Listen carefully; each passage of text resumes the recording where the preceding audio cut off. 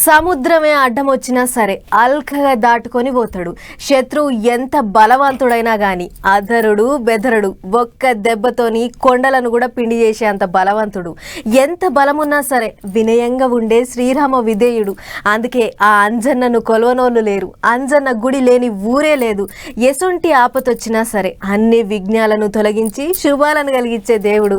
ఇగో విజయ కీలాద్రి మీద వెలిచిండు అంజన్న. పాండ్రి ఒక్కసారి దర్శనం చేసుకొని వద్దాం.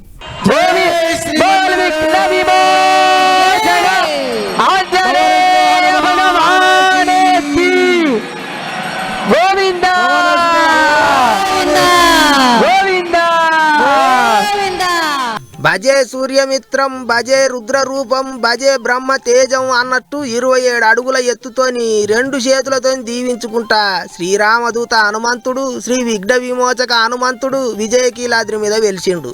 వెనకట పురాణాలలో చెప్పినట్టు అర్జునుడు తపస్సు చేసుకున్న గీ కొండ మీద అంజన్న భక్తుల కొంగు బంగారమై వెలిసిండు.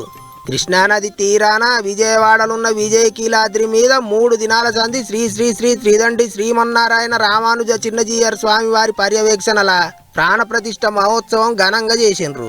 తీరొక్క పూజలు చేసిండ్రు, అభిషేకాలు చేసిండ్రు, వేద మంత్రాలతోని ప్రాణ ప్రతిష్ఠ చేసిండ్రు. మై హోమ్ గ్రూప్స్ అధినేత జూపల్లి రామేశ్వరరావు సారు సతీ సమేతంగా స్వామి సేవ చేసుకుండ్రు. ఇక ఉత్తర దిశల యోగాంజనేయుడు, దక్షిణ దిశల అభయాంజనేయుడు గీ విజయకీలాద్రి క్షేత్రాన్ని కాపాడుతున్నారట. ఇక 27 అడుగుల ఎత్తుతోని వెలిసిన శ్రీ విఘ్న విమోచన హనుమాన్ రూపాన్ని చూడనింకే 2 కండ్లు సరిపోవనుకోండి. మీకేం రంది లేదు, నేనున్నా అన్నట్టే 2 చేతులతోని అభయం ఇస్తున్నాడు స్వామి. స్వామి పేరే విఘ్న విమోచన హనుమాన్. అంటే మనం ఏ పని చాలు చేసినా సరే విఘ్నాలన్నీ తొలగించి విజయం దక్కేటట్టు చేస్తాడు అన్నట్టు. ఇక విజయకీలాద్రి మీద 3 దినాల సంధి ఘనంగా జరుగుతున్న ఉత్సవాలకు ఎక్కడెక్కడికేంచో పబ్లిక్ పోటెత్తిండ్రు. దేవుళ్ళను దర్శనం చేసుకొని మొక్కులు మొక్కుకుంటుండ్రు. మరి ఇక విజయవాడ పోతే మీరు కూడా అట్లా ఓసారి కొండెక్కి శ్రీ విఘ్న విమోచన హనుమాన్ను దర్శనం చేసుకొని రాండ్రి.